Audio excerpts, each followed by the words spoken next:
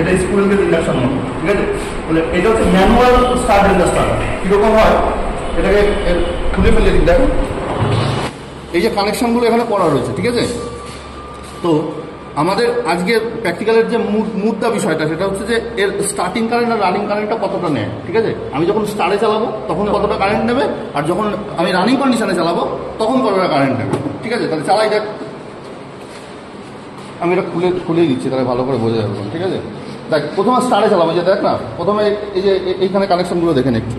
এখানে প্রথমে এই যে U1, V1 আর W1 এই তিনটে শর্ট হবে স্টারে চালালে, ঠিক আছে। আমি যখন স্টারে চালাবো না তখন এই তিনটে পয়েন্ট শর্ট হয়ে যাবে, আর আমি যখন আবার ডেল্টাতে চালাবো তখন দুটো ফেসের অ্যাক্রসে 440 ভোল্ট পাবে আমাদের, ঠিক আছে। তাহলে দেখ কীরকম হয় ব্যাপারটা। চালালাম, স্টারে চললো, ঠিক আছে। এবার যখন দেখবি ডেল্টায় দেবো না আমি,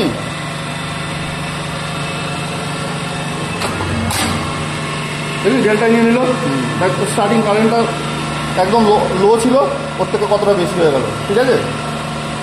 এটা এইভাবে রান করতে হয়।